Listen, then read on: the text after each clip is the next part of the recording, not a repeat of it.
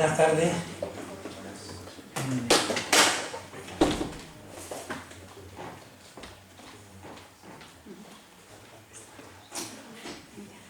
Solamente una palabra muy corta que quiere decir que va a durar poco tiempo, para dar la bienvenida. ¿Se dice bienvenida? Bienvenida. A la profesora Ana Paula Torres Mejillana, doctora de la Universidad de Sao Paulo, donde se fala el español muy bien. Hay muchos españoles. Bien. Quiero que la tarde, un recibimiento caluroso, además del meteorológico, caluroso de amabilidad, de cariño, hacia el mundo de la lusofonía, tan conectado con nosotros a 3 kilómetros de la frontera portuguesa, y con algo entrañable para mí, que es que tengo un nieto hispano-portugués, la madre portuguesa, el padre español, que hijo mío, y entonces pues fala español y habla portugués perfectamente, con 9 años. No, ha sido hincha del Madrid, pero últimamente se ha hecho del Barcelona, porque dice que juega mejor, lo cual demuestra la independencia que tiene. Enhorabuena a la Económica por iniciar esta conferencia, que es un antecedente, algo que viene anunciando el curso que tú diriges los días 22, 23 y 24, al que pienso asistir, aunque no de alumno, porque no me admitís, pero sí pienso asistir de admisión. Eso. Y mucha alegría de que en un sitio como este nos convirtamos en algo que es muy importante, que es ser internacionales, y de ver y pensar y sentir que en cualquier sitio hay cosas importantísimas, no mirarnos al ombligo como suele hacer mucha gente, pensando que lo más importante y lo mejor es lo que tiene uno, sino que en todo sitio hay cosas formidables. Entre ellos, yo que estoy en el mundo del arte, pues la exposición, la Bienal de Sao Paulo, célebre en el mundo entero. Hace un momento hablaba, no sé con quién, del Sertão, y recordaba, pero no el nombre, sí, de un pintor brasileño que ha hecho unos trabajos sobre el Sertão formidables, pintor de la talla de los muralistas mexicanos. No me acuerdo cómo se llama, pero lo miraré. Puede ser, sí. O Cavalcanti quizás, no sé. Bien, me alegro que haya habido gente con valor de venir en una tarde como esta, con tanto calor, lo cual demuestran el cariño a la conferenciante, a Serrano, a la presentadora también, y a la Económica, que siempre recibe a todos como grandes amigos, como lo que soy. Muchas gracias. Yo solamente quería añadir algo, muy breve también, y es que desde que le planteé a Paco la colaboración, no para esta conferencia, sino para el curso de verano y alguna cosa más, pues me abrió las puertas de la Económica, es cierto. Siempre he encontrado las puertas abiertas de la Económica. Y creo que será una colaboración fructífera de aquí por delante. Le he dicho que la cuestión de América, del área de historia de América, también está ahí, para lo que ellos quieran. Y en fin, vamos a escuchar a la profesora Torres Mejillana, que es un lujo tenerla aquí, y esto es como un aperitivo antes de ese curso de verano. Y bueno,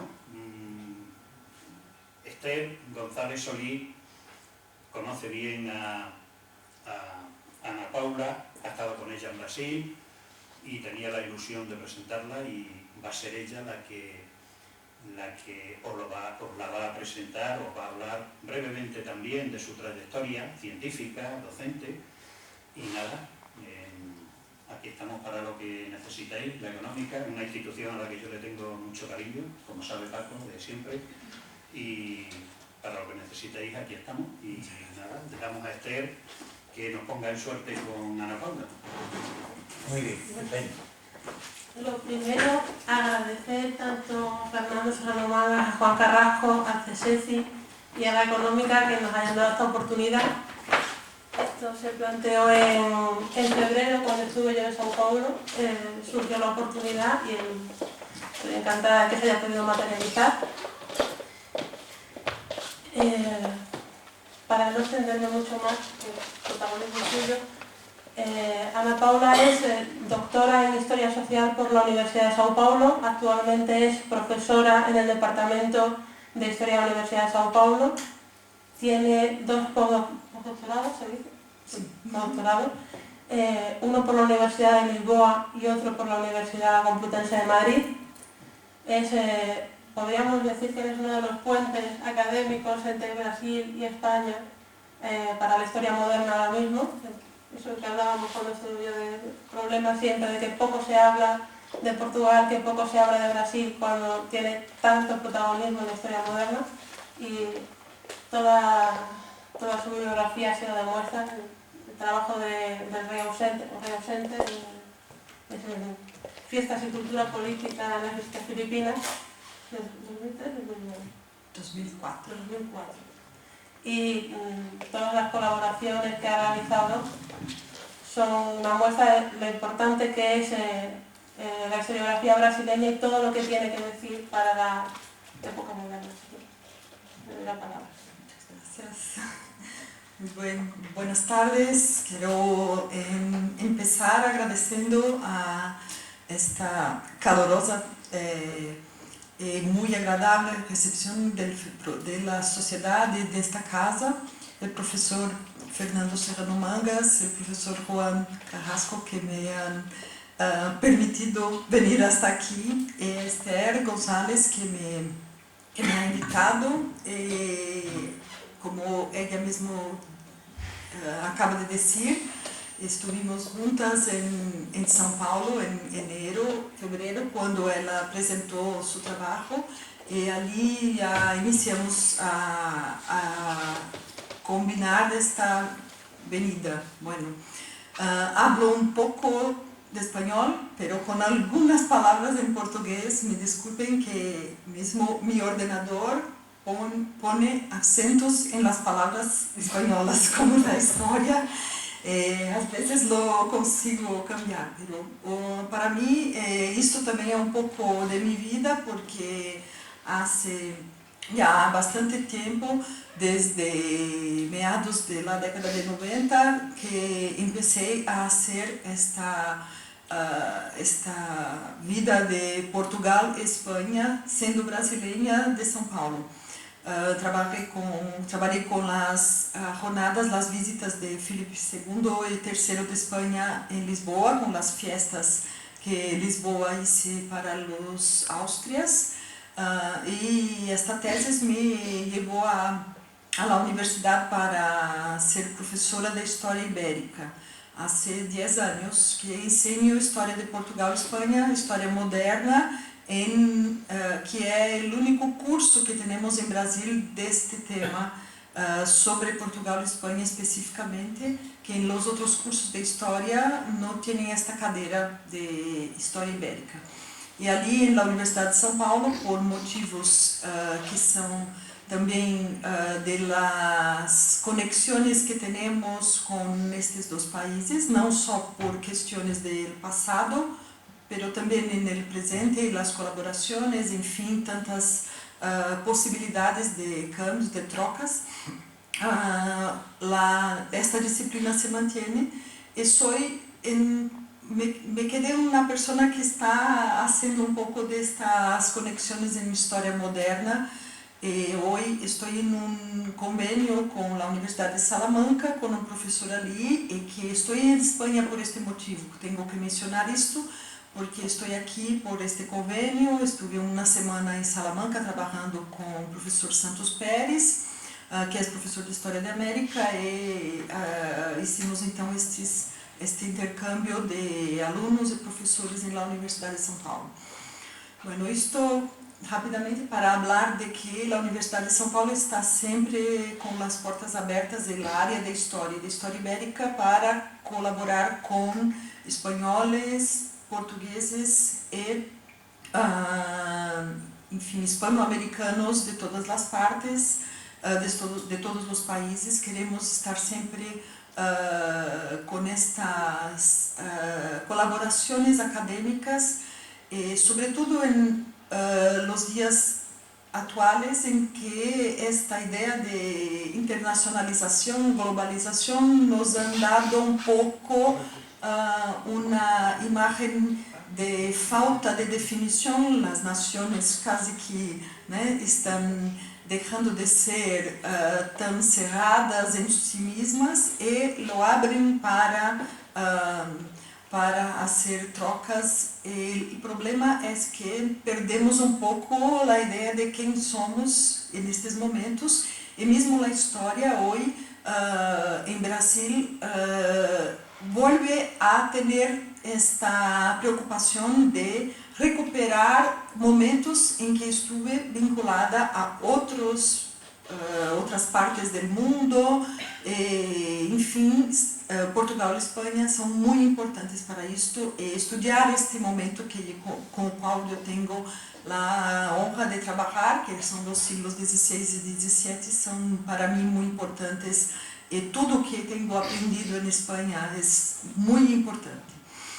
Preparei uma apresentação general sobre as principais instituições que guardam, têm a guarda de las fuentes documentales de história de Brasil e de relações de Brasil com a Península Ibérica, com Portugal e Espanha. Em primeiro lugar, é importante lembrar que o Brasil é muito grande, é grande como a Espanha, um país com muitíssimas instituições que vão desde o início da conquista, depois da colonização portuguesa, pero não é um país que cuida bem de seu passado e de suas fontes, sobretudo. Temos uma ideia de passado que é uma ideia sim muito grande, com mitos e toda uma construção deste passado, pero não, as fontes não estão bem cuidadas. Há muitos documentos que han desaparecido, não por problemas políticos, pero por problema de descaso de los encarregados, de los responsáveis. Não temos em Brasil uma política de preservação de documentos, de fuentes documentais da história. Nem para o passado, tampouco para o presente. Isto é um problema muito grave. Há, claro, registros nas leis que dizem que têm que preservar, têm que guardar, têm que manter isto organizado, mas isto não se está efetivamente realizado, e isto é um problema porque os historiadores não são especificamente aqueles que devem guardar as fontes. São os arquiveiros, os arquivistas e as instituições de guarda. Como isto não se hace muito bem, temos problemas, sei que todos os países têm problemas, mas ali mesmo eu queria despertar a atenção a vosotros para estas nossas instituições. Bueno, he traído umas imagens só para que puedan ter uma pequena ideia destas instituições. Apesar en el pasado del tiempo de colonización portuguesa, tenemos los conventos, monasterios, en fin, todos los lugares donde se guardaban registros de la población, del control, etc. La primera institución de guarda de memoria mismo fue la actual Biblioteca Nacional de Brasil. Quem conhece o Rio de Janeiro deve já ter visitado este edifício, um edifício de características neoclássicas que foi construído em finales do século XIX e tem uma grande coleção, enorme coleção de livros, de documentos manuscritos e de mapas e de periódicos. A nossa Biblioteca Nacional é considerada, né, a mais grande de América do Sul, é uma das 10 mais importantes do mundo. Enfim, isto é o que está na página web. Não sei se isto de fato, essas coisas de las mais importantes, mas o que passa é que ela tem uma história muito particular, porque a Biblioteca Nacional, seu acervo começou a ser construído quando se trasladou a família real de Dona Maria I, o príncipe Dom Juan e a princesa Carlota Joaquina se foram a Brasil em 1808 e levaram consigo a coleção da Biblioteca Real, sobretudo o que havia sobrevivido do temblor de Lisboa de 1755. Quando a família real se volve a Portugal em 1821, o acervo não volve completo. Queda ali em Brasil uma parte importante do que era a Biblioteca Real Portuguesa. Ele já em 1822, o Brasil fica independente de Portugal, então esta coleção não vuelve nunca, está ali. Temos uma instituição, portanto, de guarda de documentos que são também documentos portugueses. Há um importante colecionador do século XVIII que colecionava todos os tipos de impressos, que dá nome a uma das coleções mais importantes da biblioteca, que é a coleção Barbosa Machado.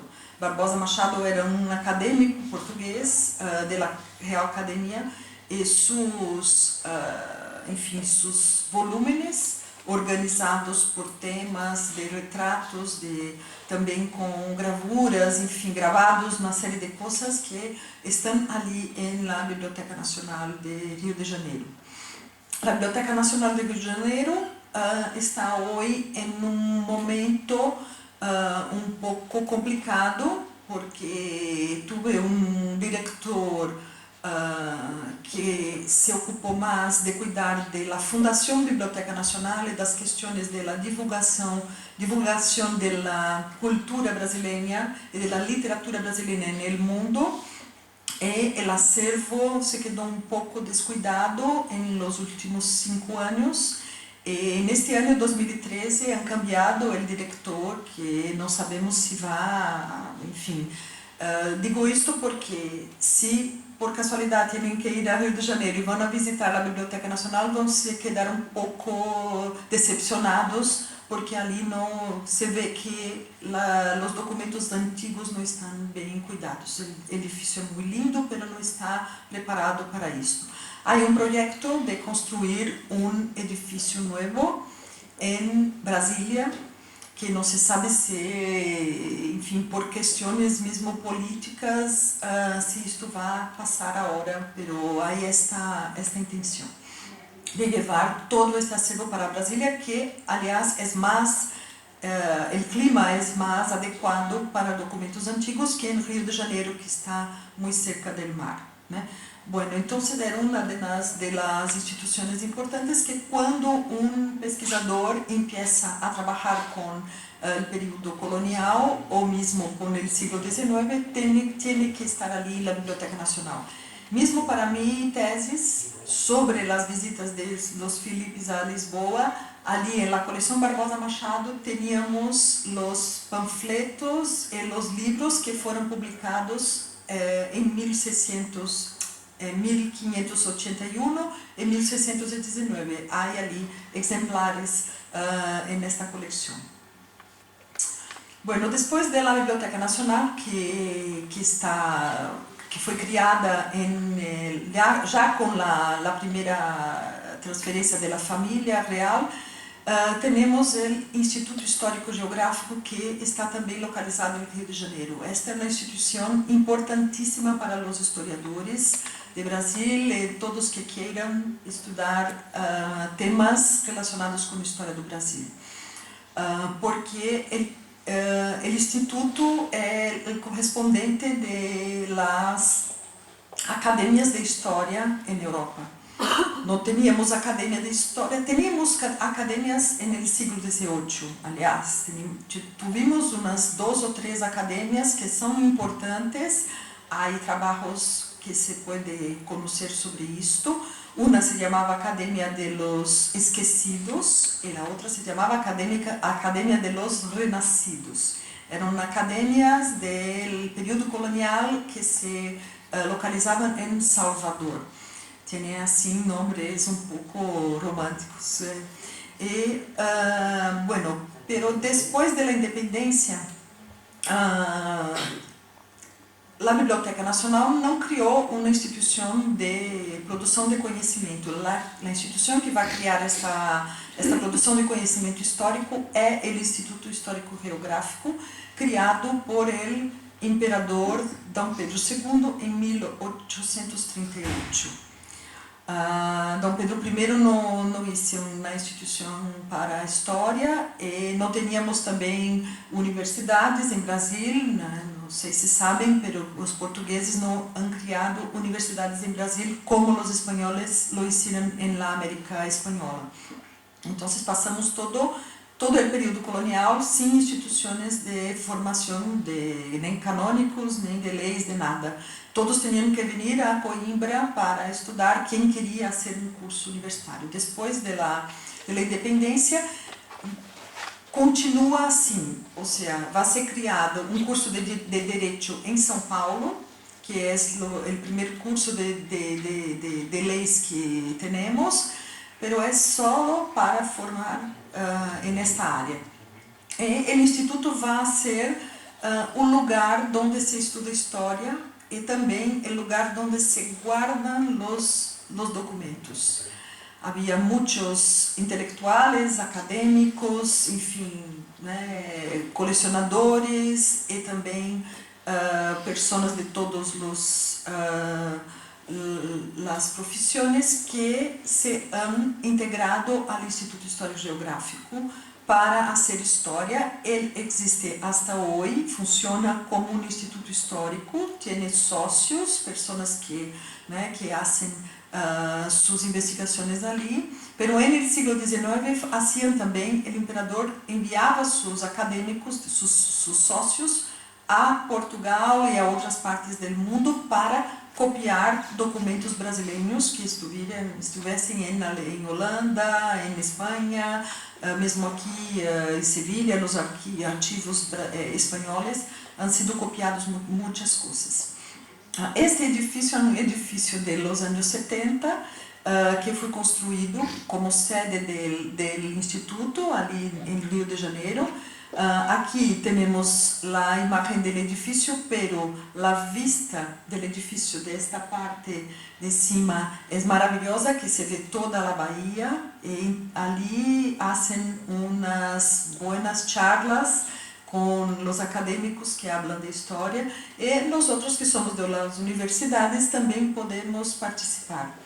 Há muitos documentos, mas não estão bem organizados. Tem uma página web, e eu apontei aqui as páginas web das instituições, porque pensava em abri-la, mas isso acho que vai levar muito tempo. Então, depois podemos organizar isso de uma maneira mais fácil, pero cada um que ele queira consultar.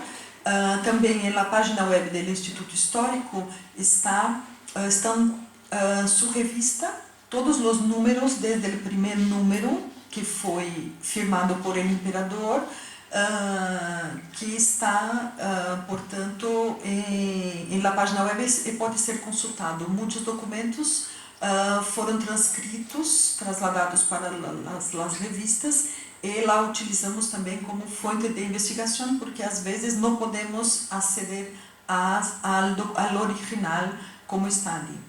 Bueno, depois, se querem, podemos falar um pouco mais detenido sobre este conjunto, que para mim, aliás, é muito importante. Hoje, trabalho com um documento que está no Instituto Histórico, que é uma cópia de um documento português com o qual eu estou trabalhando nesse momento. Para relações internacionais, não sei se estou em frente. Não. Está bem. Para relações internacionais, Esa es en la que estás. Ah, espera. Temos o Instituto Itamaraty. O Itamaraty tem duas sedes, a sede de Rio de Janeiro e a sede de Brasília. Hasta hoje, o Itamaraty é o Palácio de las Relações Internacionais, onde se situa o Ministério de las Relações Internacionais de Brasil, em Brasília. Pero este edifício é o edifício do arquivo do Itamaraty em Rio de Janeiro. E ali estão os documentos da história das relações internacionais do Brasil com outras partes, pero há também muitos documentos do período do século XVII. E Fernando, hoje falávamos de las armadas, da defesa do Brasil contra os holandeses, e as cartas do Conde da Torre, por exemplo, estão aqui no arquivo de Itamaraty e foram publicadas por a Sociedade de las Comemorações de los Descobrimentos Portugueses. Então, há muitas coisas de história colonial que estão também em Itamaraty. Por que isto? Tivemos vários embaixadores que eram também copiadores de documentos. Um deles foi Evaldo Cabral de Melo, que é um grande historiador brasileiro vivo, e seu irmão, o poeta, que também fazia, Cabral de Melo, que também fazia cópias de documentos, e hice incluso catálogo de los documentos brasileiros que estão aqui no arquivo de Sevilha. Então, creio que isto se passa em todas as partes, mas em Brasil, os embaixadores foram também responsáveis por organizar acervos documentais e por isso há muitas coisas no arquivo de Itamaraty que podem interessar a investigadores que trabalham com história colonial. Não é fácil investigar no arquivo de Itamaraty. Eles não têm uma boa prática para tratar com investigadores e muitas vezes não nos ensinam os documentos não estão digitalizados e às vezes é um pouco difícil, tem que ir ali umas 3 ou 4 vezes hasta que creiam realmente que está interessado em consultar aquelas fontes. É uma grande possibilidade e sempre todos dizem há que ir a Itamaraty porque ali há tesouros, coisas muito raras e importantes. Bueno, lo mismo se pasa com o Arquivo Nacional, que, enfim, que está no Rio de Janeiro. Este é o edifício do Instituto do Patrimônio Histórico. Há outro momento, depois do século XIX, o século XIX foi muito importante para criar as primeiras instituições, como estava nos mostrando, a Biblioteca Nacional, o Instituto Histórico e o Arquivo de Itamaraty. Depois, em próximo momento, é a República. Em Brasil, quando se ha proclamado a República, em 1898, se hace todo um cambio de discurso sobre o passado. Tivemos uma construção muito importante do passado português por los próprios imperadores que descendiam de los reis de Portugal, Dom Pedro I e Dom Pedro II, e as instituições. Me he olvidado de dizer uma coisa aqui. O Instituto Histórico hizo o primeiro concurso para se escrever História do Brasil.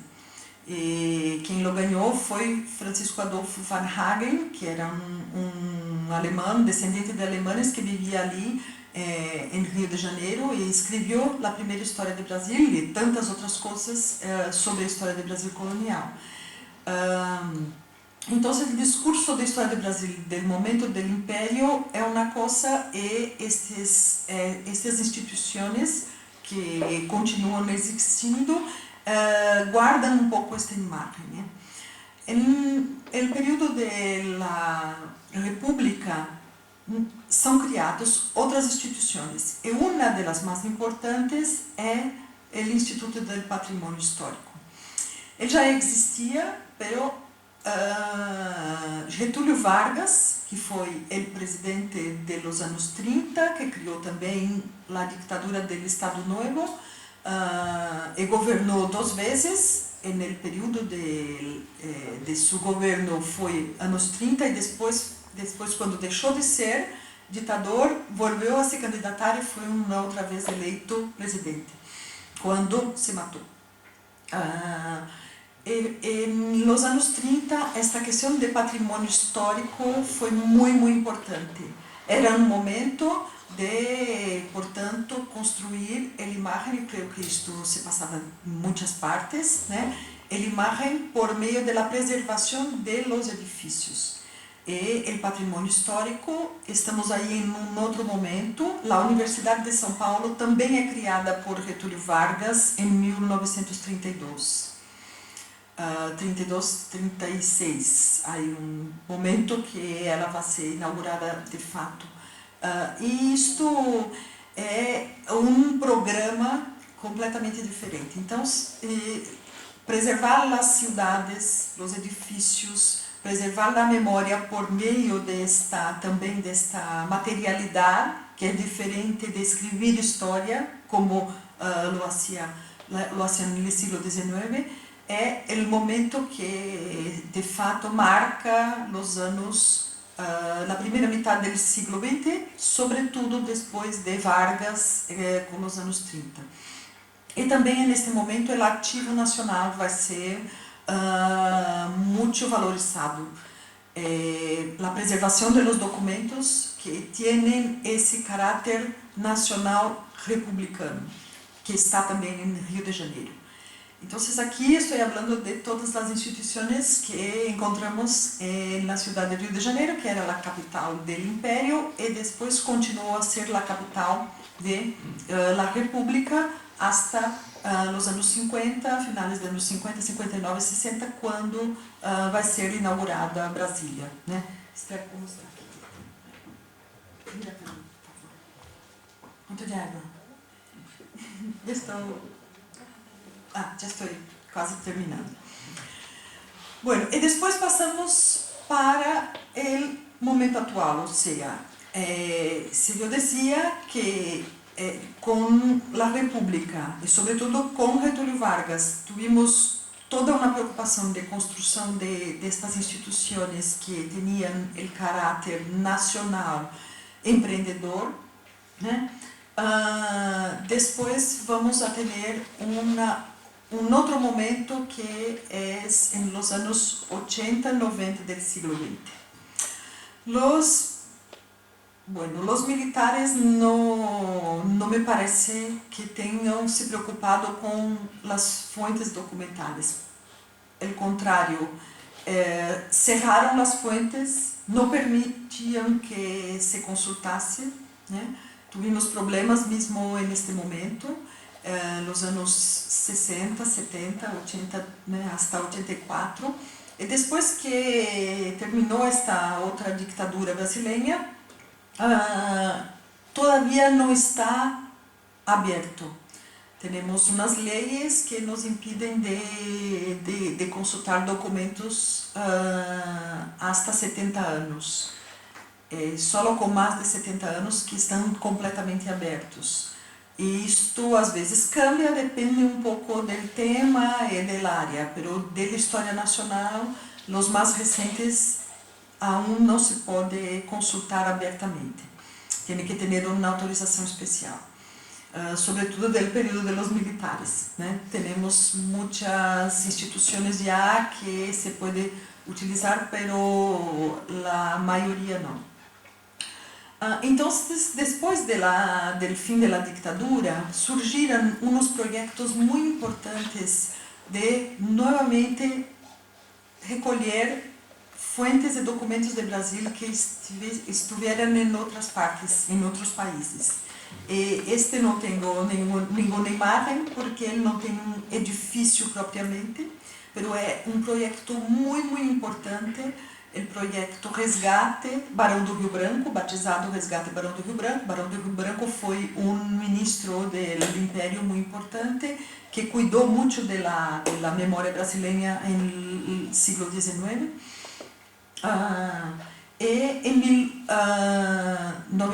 Nos anos 90 se ha criado então este projeto para inicialmente microfilmar as fuentes brasileiras que estiveram no Arquivo Histórico Ultramarino de Portugal, Torre do Tombo, Biblioteca Nacional, aqui em Espanha também, Arquivo de Sevilha, Arquivo de Simancas, Biblioteca Nacional. Foi um grande projeto que, enfim, produziu, está todavia em marcha. A tecnologia ha cambiado, en los años 80 eran microfilmes, ahora ya están digitalizados y se puede consultar, portanto, en Brasil, una gran parte de la documentación que está en los varios archivos y lugares fuera de Brasil. Incluso en Estados Unidos, que tienen muchas fuentes brasileñas. Muchas veces para ciertos periodos, aliás, tengo que lembrar importantísima la participación de los brasilianistas en este proyecto, que son historiadores ingleses, norte-americanos, franceses y españoles que se dedican al estudio de historia de Brasil. Hay muchos en Estados Unidos que trabalham diretamente com as fuentes brasileiras e escrevem os livros sobre história do Brasil em língua inglesa, que se pode ler em muito mais lugares que em língua portuguesa, né? Então, hoje para nós este projeto é muito importante. E, bueno, há importantes e organizados acervos locais. Vou falar só de los mais cerca de nós, ali em São Paulo.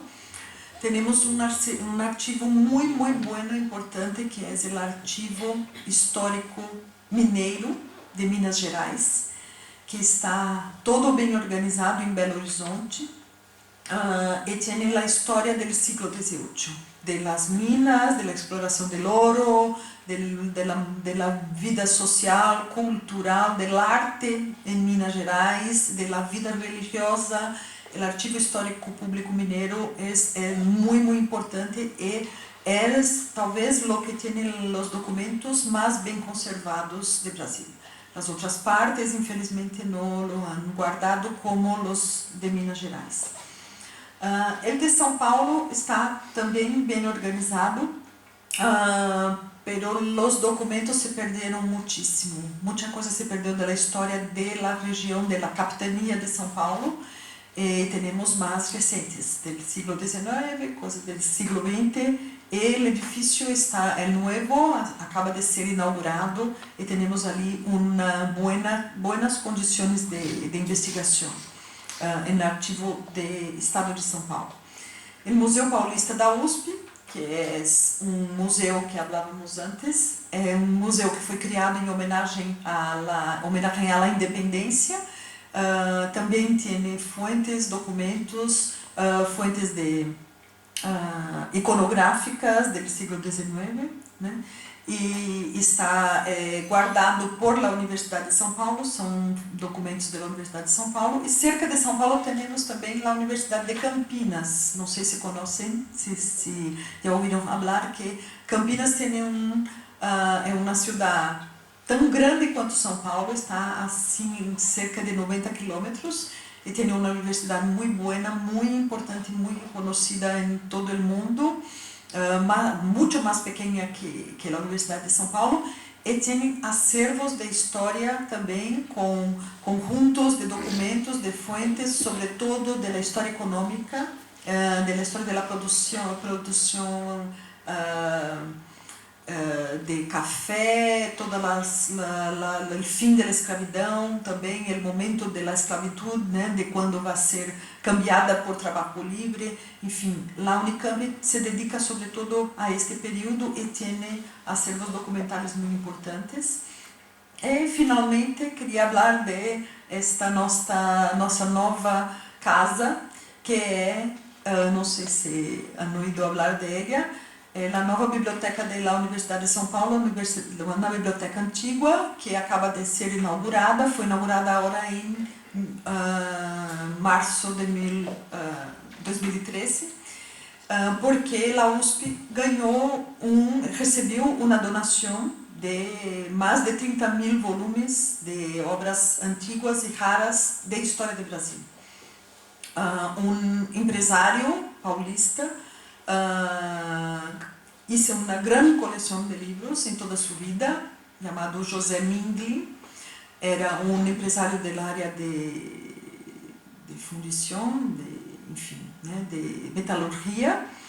E esta coleção, enfim, parte dela foi donada para a universidade e tem obras em todas as línguas, desde o século XVI hasta recente, sobre o Brasil, sobre a história do Brasil, e construímos, quer dizer, a universidade, o governo federal, estadual, construíram um edifício novo para isto.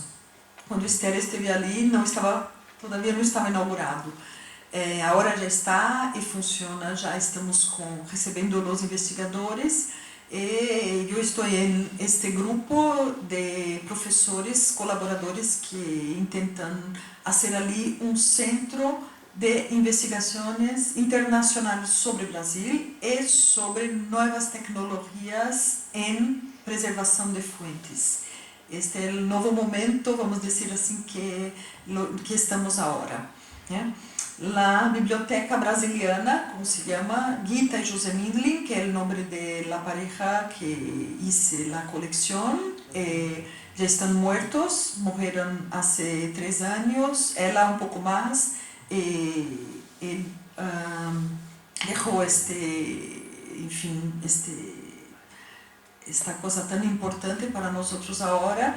E ali agregamos o Instituto de Estudos Brasileiros. O Instituto de Estudos Brasileiros era já um instituto que existia na universidade, que tem coleções também de documentos e fontes de história do Brasil e história da África, o Instituto de Estudos Brasileiros, que foi criado por um historiador paulista chamado Sérgio Buarque de Holanda, que é um dos importantes historiadores brasileiros.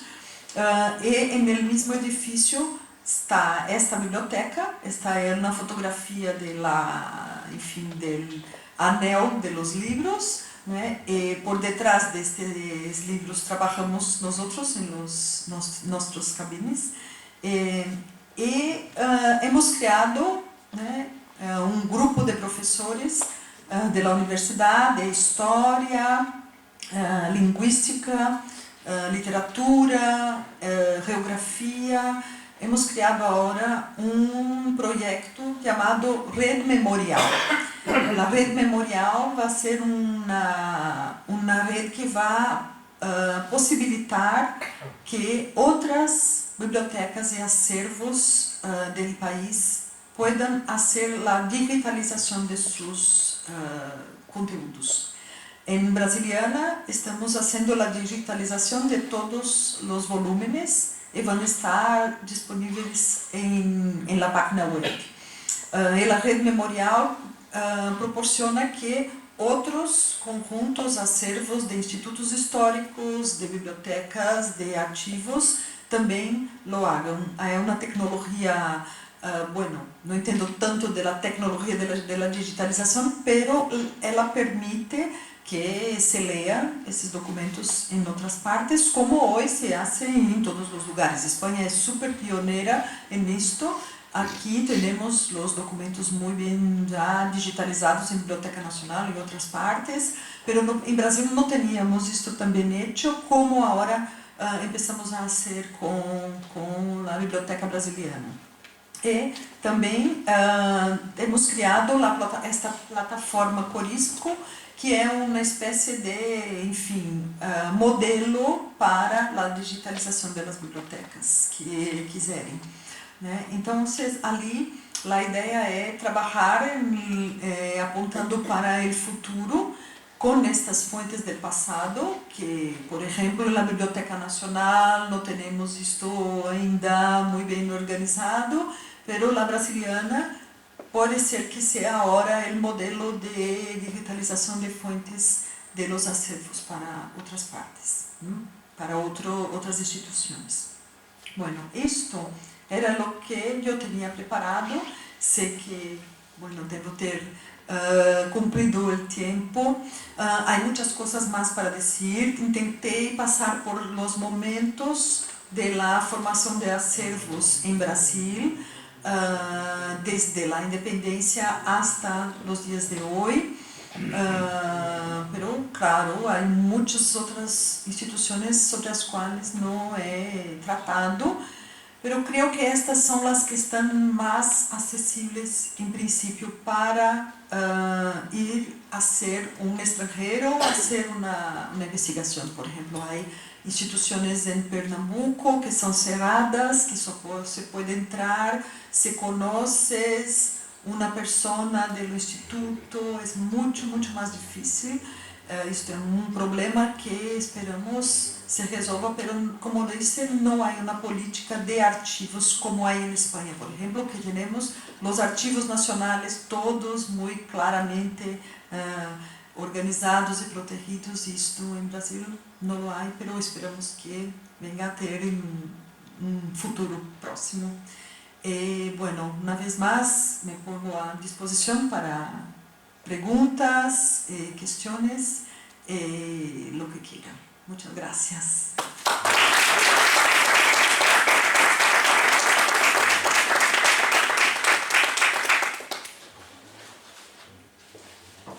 Se abre el turno de preguntas.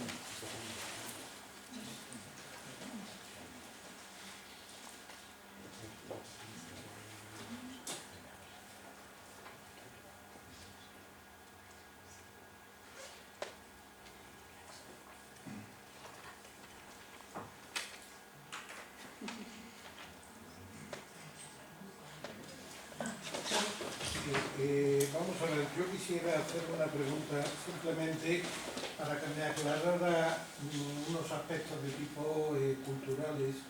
Mi ignorancia sobre la historia de Brasil es muy grande y no es fácil encontrar una persona que sea experta, aunque fundamentalmente lo sea en biblioteconomía, por lo que hemos podido observar. Pero, lógicamente, pues tiene que tener conocimiento en este asunto. Ha estado hablando de Minas Gerais. A mí, de lo que conozco de Brasil, que quizás lo que más me impresionó, aparte de Iguazú, porque a fin de cuentas mi profesión como ecólogo, pues aquello me atraía mucho como naturaleza. Pero, por otra parte, resulta que mis orígenes son sevillanos y la imaginería es importante. Y en Ouro Preto, pues el arte, las iglesias y todo esto pues me llamó muchísimo la atención. Yo lo que quisiera es saber la relevancia de Ouro Preto dentro del imperio, de los emperadores Don Pedro, porque alguien me comentó que incluso llegó a ser capital del imperio. No sé si esto es cierto o es falso. Insisto en mi ignorancia en estos aspectos, pero como ciudad me resultó francamente desconcertante. Lo mismo que también ha hecho alusión a Belo Horizonte, y aquello me resultó un caos tremendo, hasta donde llegaron mis conocimientos, ¿no? Pero Ouro Preto era encontrar realmente una isla de arte en medio de las montañas. Entonces me gustaría que me comentara algo sobre la relevancia de Ouro Preto en el imperio portugués. Sí, claro. Bueno, gracias, que claro que hay muchas cosas que no se puede hablar así rápidamente. Quería organizar una idea más general. Bueno, Ouro Preto es importantísimo por muchas razones, en muchas partes. Por un lado, porque empezó como un arraial, Arraial, que no era una ciudad ni una villa fundada por el gobierno portugués. Ela empezó sola, independiente, como por el oro. Los hombres, los aventureros que han encontrado oro ali, né, criaram aquele sítio, para quem lo conoce sabe que está em um terreno um pouco accidentado, e depois veio o Estado, a monarquia portuguesa, a igreja e tudo isto, né? E passou a ser o centro da colônia, porque as outras partes não estavam em tão boas condições e, incluso, digamos que era a parte que mais rendia recursos para a corona portuguesa em naqueles momentos, na primeira metade do século XVIII. Bueno, depois, quando o ouro entrou em declínio e já não tinha tanto, creio que esse é o momento mais importante da arte, que é o momento da grande criação, tanto de Aleijadinho quanto de los outros que estavam ali com ele, que vão construir as igrejas mais bonitas, que são da segunda metade do século XVIII. Na primeira, há igrejas muito bonitas e muito ricas, mas as mais criativas, originais, como a de la Capilla de São Francisco, estas são realmente as mais que o artista põe toda a sua originalidade, capacidade de criação. Ouro Preto foi dos primeiros patrimônios históricos brasileiros. Desde o Império já se percebia, né, notava que era importante. Creio que foi capital de Minas Gerais, não do Império. E pode ser que o imperador tenha passado por ali, porque passava sempre em muitos lugares, mas foi por muito tempo a capital, e chamava-se Vila Rica. Vila Rica, não Ouro Preto. E foi capital de Minas Gerais até a construção de Belo Horizonte, que é do século XX, inícios, creio que o último ano do século XIX e século XX. Bueno, agora, quem de fato descobriu a importância de Ouro Preto e Aleijadinho como originalidade de arte foi Mário de Andrade. Mário de Andrade é escritor brasileiro, artista do período do modernismo, dos anos 20, que começou a buscar por el território as obras que eram ditas por ele, que ele pensava autenticamente brasileiras. Tinha uma ideia de buscar as tradições populares, em las fiestas, em las cantigas, enfim, las danças populares, e escreve muito sobre isto. O acervo de Mário de Andrade está incluso na Universidade de São Paulo, né? Então, que passa com Ouro Preto é isto. Ele nos anos 30, com Getúlio Vargas, com a criação do Instituto do Patrimônio Histórico, ela já é uma das primeiras que vai ser preservada como patrimônio histórico brasileiro. Então, tem toda essa importância, e, enfim, quem não conhece sabe que, de fato, está muito mais preservada que outras partes. Creio que tão preservada como está Ouro Preto, só Olinda, que está em Pernambuco, e tem também uma grande importância no período do século XVIII, mas Ouro Preto tem mais originalidade, porque os artistas lo inventavam eles mesmos, miravam uns gravados, coisas que chegavam de várias partes do mundo e inventavam ali, né, Mas isto tem pouco de questões também de uma construção do passado, mas é super importante mesmo. Em Minas tem boas condições de investigação, mesmo em Ouro Preto. Em Ouro Preto há uma universidade que tiene un muy buen curso de historia, que es la Federal de Ouro Preto.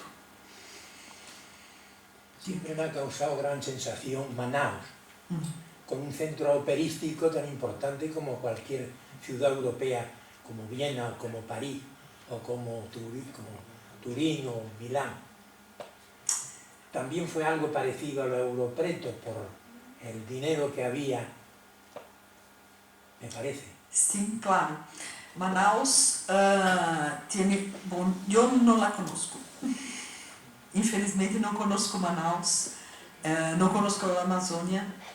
Isto para os brasileiros às vezes passa. É um problema ir a um sítio tão lejos, tão difícil. Claro, quero ir, espero ir. Tenho agora uma amiga que é professora na Universidade de Manaus e já lhe disse, me invita que quero ir a Manaus para conhecer. Pero sabemos a história. Manaus é uma cidade que nasceu dentro da selva, né?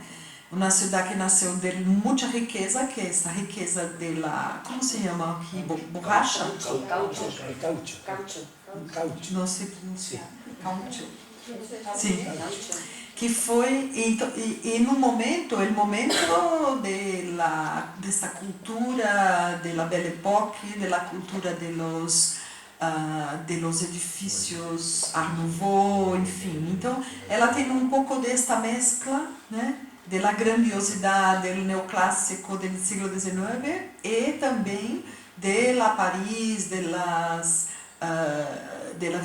de Viena, destas cidades que tinham esta cultura operística com a ópera, com o teatro, né? O problema é que, bueno, Manaus está muito lejos do centro, diferente de Minas Gerais, que está mais cerca. E quando houve a crise desta economia, a cidade perdeu um pouco seu encanto, sua beleza, mas está ali preservada, eu sei, sabemos disto, né? Mas não é mais um centro. Muitas vezes o Ministério da Cultura tem que fazer um esforço para pôr ali ou uma mostra de cine, um encontro de teatro para que a gente vá a Manaus, porque senão realmente é muito difícil, muito lejos. Mas é importantíssimo.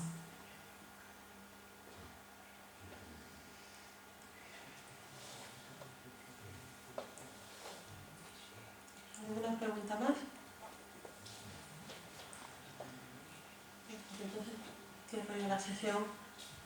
Agradecerles a todos que hayan venido esta tarde, agradecerle a Ana Paula su presencia aquí una vez más.